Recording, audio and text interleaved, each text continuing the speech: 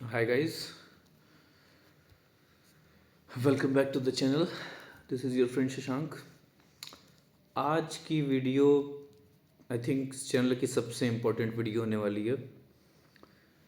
ये वीडियो उनके लिए है जो कि अब टीयर 1 दे के कट ऑफ वगैरह के भ्रमजाल से निकल चुके हैं कि कितनी जाएगी कितनी नहीं जाएगी और अपनी टीयर 2 की तैयारी स्टार्ट करने चाह रहे हैं.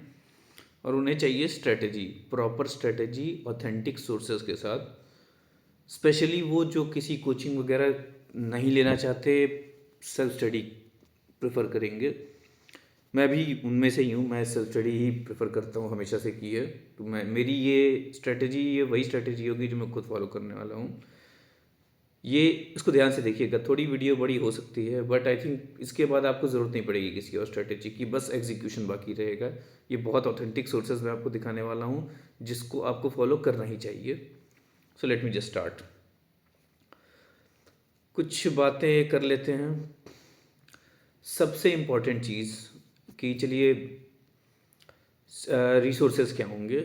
सीधी सी साफ सीधी बात है, क्लास 9, 10, 10th की NCERT, बस. और कुछ नहीं देखना है आपको. अगर आपके पास टाइम है, आपको लग रहा है कि मेरे पास टाइम है, मेरा हो जाएगा, तो आप और सोर्सेज रेफ़र कर सकते हैं.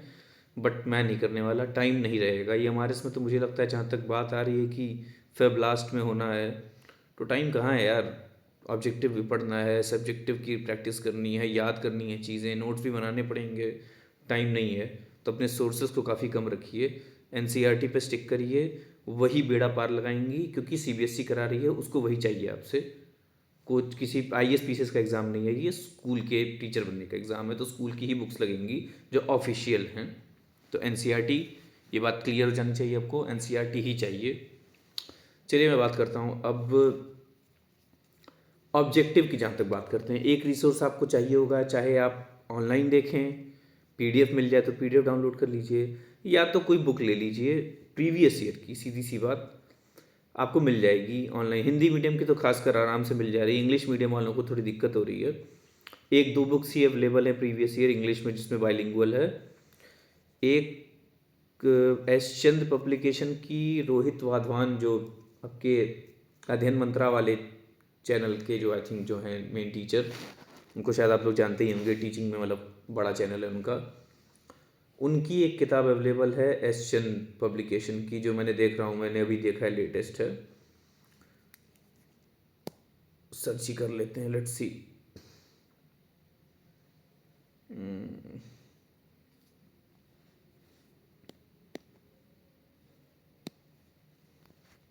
ये देखिए, दिख रही होगी आप लोगों को. अगर ये TGT, हाँ, ये इंग्लिश हिंदी दोनों में अवेलेबल है. ये बुक है. अगर आपको ये स्टोर पे मिल जाए किसी, तो स्टोर पे मंगा लीजिए या तो फिर ऑनलाइन ले लीजिए, क्योंकि इसमें प्रीवियस ईयर क्वेश्चंस हैं, सारे एग्ज़ाम के क्वेश्चंस हैं.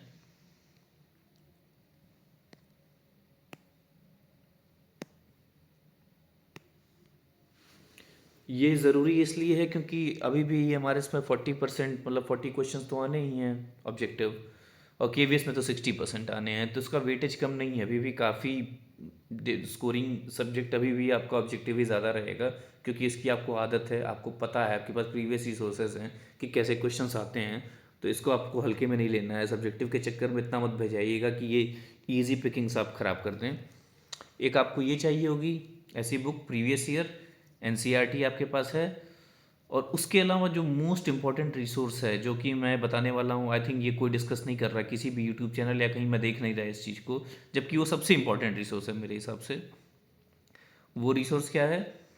बोर्ड्स के, क्लास 10th के CBSE के प्रीवियस पेपर्स हर सब्जेक्ट के अवेलेबल हैं CBSE की साइट पे. उससे authentic source I don't think हो सकता है कोई. मैं आपको दिखाता हूँ. करना क्या है आपको, आप क्रोम खोलेंगे.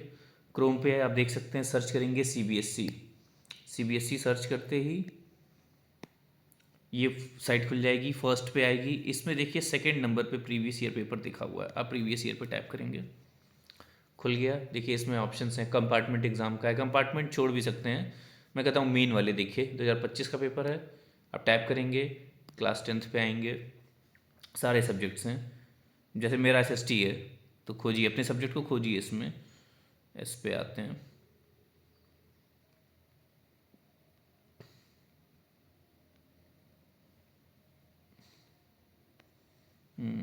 कहाँ गया? सोशल साइंस, इस पे डाउनलोड पे आप ऐसे टैप करेंगे, ये डाउनलोड हो जाएगा। मैंने ऑलरेडी कर ली है तो ये फिर से दिखा रहा है। ये करना है आपको, ऐसे ही आप पीछे जाएंगे।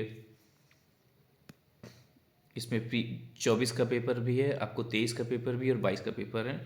इनको आप डाउनलोड कर लेंगे अपने सब्जेक्ट्स के, और दिखाता हूँ इनका मैजिक क्या है। एक्चुअली गेम तो यही है। जैसे मैंने डाउनलोड किया हुआ है ये पेपर देखिए। ये क्लास 10th का सोशल साइंस का एक्चुअल पेपर है जो बोर्ड्स में आया है, सीबीएसई ने जिसको कंडक्ट कराया था। स्टार्ट देखिए कैसे हो रहा है। ऑब्जेक्टिव क्वेश्चन से बाइलिंगुअल है ये पेपर। ये ऑब्जेक्टिव क्वेश्चंस मुझे लगता है अच्छे क्वेश्चंस है, ये भी आपको पढ़ने हैं क्योंकि ये मुझे लगता है ये डायरेक्ट एग्जाम में आ सकते हैं। आप लोग देखिए, डायरेक्ट वन लाइनर क्वेश्चंस नहीं है, ऑप्शंस वाले क्वेश्चंस हैं। आप देखिए इन क्वेश्चंस को, अच्छे क्वेश्चंस बना रखे हैं। हिस्ट्री के क्वेश्चंस दिखाता हूँ मैं आपको। ग्लोबलाइजेशन का देखिए एक क्वेश्चन है, मनरेगा स्कीम पे क्वेश्चन है, असर्शन रीजनिंग के क्वेश्चन है ऑब्जेक्टिव में। ये देखिए आप, पब्लिकेशन ऑथर्स के बारे में क्वेश्चंस पूछा है। ये क्वेश्चंस अच्छे हैं, क्रोनोलॉजी के क्वेश्चंस हैं। देखिए ये सब क्वेश्चन ऐसे हैं जो डायरेक्ट एग्जाम में आते हैं, इस टाइप के क्वेश्चन, और गारंटीड आएंगे।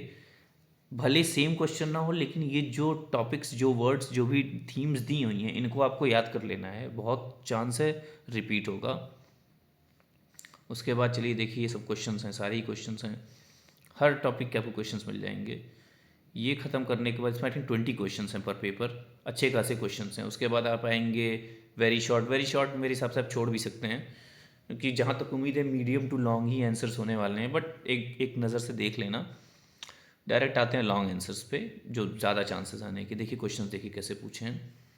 सस्टेनेबिलिटी के बारे में पूछा है, Indian printing by the end of 19th century के बारे में पूछा है। ये बहुत कॉमन क्वेश्चन है, आते हैं कि कैसे नेशनलिस्ट मूवमेंट में प्रिंट मीडिया का, न्यूज़पेपर्स का और भी पब्लिकेशंस के, जैसे पोइट्रीज, बुक्स, इन लोगों का क्या रोल था, कैसे इंडियन रेनेसांस में इन्होंने मदद की, नेशनलिज्म को ग्रोथ में कैसे मदद की। ये सब अच्छे क्वेश्चन हैं। इन्वायरमेंटल डिग्रेडेशन के बारे में क्वेश्चन पूछा है। Features of alluvial soil, northern plains हमें पूरा पता है, पूरा बड़ा हिस्सा इंडिया का एल्यूवियल सॉइल से ही बना है, तो इंपॉर्टेंट है ही ये। पावर शेयरिंग देखिए, कॉन्स्टिट्यूशनल प्रोविजन के बारे में पूछा है। ये श्रीलंका वगैरह का टॉपिक है, हमारे बुक्स में एनसीईआरटी का पार्ट है। पावर शेयरिंग के बारे में पूछा है, फेडरलिज्म का कॉन्सेप्ट है। केस स्टडीज़ पूछी, ये तो आई थिंक नहीं आने वाली है, बट आप समझ रहे हैं बात को। देखिए यहाँ पे मैप बेस्ड क्वेश्चन भी हैं, ज्योग्राफी वगैरह वाले में क्या पता पूछ ही दे, अब हालांकि चांस कम है, बट आप देख सकते हैं। तो शायद ये समझ में आ गया होगा आपको। इससे इम्पॉर्टेंट रिसोर्स मुझे नहीं लगता पूरे मार्केट में आपको कहीं मिलेगी। कोई कोचिंग वाला, कोई कुछ आपको इससे अच्छी ऑथेंटिक रिसोर्स नहीं दे पाएगा। ये एनसीईआरटी आपको खुद बना के दे रही है, सीबीएसई खुद बना के दे रही है, जो कि पेपर बनाने वाली है। तो सीधा साधा मेरा तो यही फंडा है, और मैं यही आप सबको एडवाइस करूँगा, शांति से। वीडियो में आपने देखा होगा कैसे, सीबीएसई के साइट पे जाइए, सर्च करिए, प्रीवियस ईयर पेपर्स डाउनलोड करिए अपने सब्जेक्ट के, उसको एकदम अच्छे से डीप एनालाइज कीजिए। टॉपिक्स देखिए, कौन से टॉपिक्स रिपीट हो रहे हैं, थीम्स क्या रिपीट हो रही हैं, क्योंकि एक बहुत सिंपल सा फंडा है। हर एग्ज़ाम में हर टॉपर, हर मेंटर ये बताता ही है, 80-20 रूल होता है। मैं कहता हूँ 70-30 मान लीजिए आप, मतलब 30% सिलेबस से 70% क्वेश्चंस आते हैं, क्योंकि वो 30% कोर होता है, जो कि मोस्ट इंपॉर्टेंट चीज़ें होती हैं। आप सोच के देखिए, डिस्क्रिप्टिव से लोग डर रहे हैं, 15 क्वेश्चन है डिस्क्रिप्टिव। 4 सब्जेक्ट हैं एसएसटी में, मेरे अपने सब्जेक्ट की बात करता हूँ, चलिए 4 सब्जेक्ट हैं, 4 अगर सब में होते तो 16 क्वेश्चन होते। तो ज़्यादा से ज़्यादा क्या होगा, अगर वो इक्वलिटी तो रखेंगे मोस्ट प्रॉब्ली, तो 3 सब्जेक्ट में 4 क्वेश्चन, किसी एक में 3, 4 4 4 3, 15 क्वेश्चन हो गए। ऐसा ही करेंगे। Most probably 3 question economy side से रहेगा, क्योंकि उसका थोड़ा कम भी है सिलेबस। ज़्यादा फोकस तो इन्हीं 3 पे, पॉलिटी, ज्योग्राफी और हिस्ट्री पर रहेगा। तो अब इससे अच्छा क्या रिसोर्स आपको मिलेगा, सारा बना बनाए क्वेश्चन, ऑथेंटिक क्वेश्चंस हैं, इनकी प्रैक्टिस कीजिए, इनके नोट्स बनाइए थीम्स के, और देखिए किस टाइप के क्वेश्चंस पूछ रहा है, वो क्या एक्चुअली जानना चाह रहा है आपसे। एनालिटिकल क्वेश्चंस भी हैं, कुछ फैक्चुअल क्वेश्चंस भी हैं, कि आपको पता होनी चाहिए इवेंट्स के बारे में, उनका क्या इफेक्ट था, कॉन्सिक्वेंसेस क्या था, रीज़न क्या थे, ऐसे क्वेश्चंस आएंगे। यही चीज़ आपको पूरे सब्जेक्ट में करनी है, और हर किसी के लिए स्ट्रेटेजी काम आएगी। आई डोंट थिंक इससे बढ़िया स्ट्रेटेजी इतने कम टाइम के लिए आपके पास है। आप कोचिंग वगैरह करना चाहते हैं, ऑनलाइन कोर्सेज लेना चाहते हैं, ले सकते हैं, मैं बुराई नहीं करूँगा। उसके भी अपने फ़ायदे हैं, चीज़ें ऑर्गेनाइज मिल जाती हैं, एक जगह मिल जाती हैं, आप डायरेक्ट फोकस कर सकते हो। बट दिक्कत उसमें ये होती है कि अक्सर वो कंटेंट बहुत ज़्यादा होता है, उनको हर टाइप के स्टूडेंट्स को केटर करना होता है। जिनकी शायद बिल्कुल तैयारी नहीं है, तो उनको सब कुछ एक चेक चाहिए होता है। उसमें काफ़ी हौच पौच क्रिएट हो जाता है, फिर फोकस कम हो जाता है। आप प्रीवियस ईयर्स को अपना बेस बना के चलिए, इनसे पढ़िए, इनकी प्रैक्टिस करिए, और लॉन्ग आंसर और आंसर राइटिंग के बारे में मैं एक चीज़ बताना चाहूँगा जो कि मैं भूल रहा था। ये पीसीएस या आईएएस वगैरह का एग्ज़ाम नहीं है। वैसे क्वेश्चंस नहीं आएंगे जैसे पीसीएस में आईएएस में आते हैं कि 125 वर्ड्स के लिए पूरा 2 पेज होता है, 200 वर्ड्स के लिए पूरा 3 पेज होता है, तो आप वो नहीं कर पाएंगे। एक और चीज़ आपको फॉलो करनी है, सीबीएसई की ही साइट पे आपको मॉडल आंसर्स भी मिल जाएंगे, उसमें एक्चुअल बच्चों की लिखी हुई बोर्ड्स की कॉपी अवेलेबल है। क्लास 12th वगैरह की कॉपीज़ डाउनलोड कर लिए। यूट्यूब पे एक चैनल है ज्ञानालय, ज्ञानालय, हाँ, ज्ञानालय चैनल है, उसमें भी जल्दी ही एक वीडियो डाली उन्होंने उसकी मॉडल आंसर की, वो देख लीजिए और वो डाउनलोड कीजिए उस टाइप के पेपर्स, और देखिए लॉन्ग आंसर्स बच्चों ने कैसे लिखे हैं। सीबीएसई ने उसको अपलोड किया है, इसका मतलब वो अच्छी कॉपी है। वो आपको बोल रहे हैं कि हमें ऐसी कॉपी चाहिए, ऐसा लिखा होना चाहिए। उस फंडे को फॉलो कीजिए। उसमें आपको दिखेगा लॉन्ग आंसर्स में इंट्रो हुआ है, उसमें कुछ फैक्ट्स भी डाले हैं जैसे डेट ईयर्स कुछ हैं, उसके बाद से बुलेट फॉर्म का यूज़ किया है, हेडिंग डाली है, सब हेडिंग, उसको एक्सप्लेन किया है 2-3 लाइन में, फिर next bullet point, heading, explanation, final conclusion भी दिया है। ये सब चीज़ें डिपेंड करेंगी कि पेपर में एक्चुअल उनका टीयर 2 का पैटर्न होता क्या है, क्या मीडियम, शॉर्ट, लॉन्ग ऐसा कुछ करेंगे वो, या हो सकता है सारे बराबर मार्क्स के हों, 4 नंबर के, सारा एक ही जैसा हो कि हाँ 80 to 100 वर्ड्स या 100 वर्ड्स, ऐसा कुछ भी कर सकते हैं। वो चीज़ें तो अभी क्लियर नहीं है। सीबीएसई को हालांकि करना चाहिए क्लियर, आई होप जल्दी ही वो करें इसके बारे में। बट फिलहाल तो यही आपको करना है, लॉन्ग आंसर्स पकड़ के चलिए, मान के चलिए 100 वर्ड्स की एटलीस्ट प्रैक्टिस रखिए, 80 to 100 वर्ड्स की, और ब्रेक करिए अपने आंसर को, इंट्रो, मेन पॉइंट्स और एक आध लाइन का कंक्लूजन ट्राई कीजिए। हर क्वेश्चन में ज़रूरत नहीं पड़ेगी, कुछ क्वेश्चन फैक्चुअल नेचर के होते हैं, उसमें कंक्लूजन नहीं हो पाता, बट कोशिश कीजिए। तो हाँ, बस आई थिंक इससे ज़्यादा तो टाइम भी नहीं है, इतना ही आपको करना चाहिए। इस स्ट्रैटेजी को फॉलो कीजिए, आई विल डेफिनेटली, मैं डेफिनेटली कह सकता हूँ आप लीप्स अहेड होंगे बाकी कंपटीशन से। क्योंकि एक तो आपको फोकस रहेगा कि यही रिसोर्स मुझे फॉलो करनी है, इतना ही पढ़ना है, इन्हीं के हिसाब से मैं प्रैक्टिस करूँगा। बहुत ज़्यादा इधर उधर मत फंसिए, टाइम कम है, लग जाइए। ईएमआरएस हो चाहे कीवीएस हो, पेपर सेम ही आना है, सब्जेक्ट सिलेबस सब कुछ सेम है।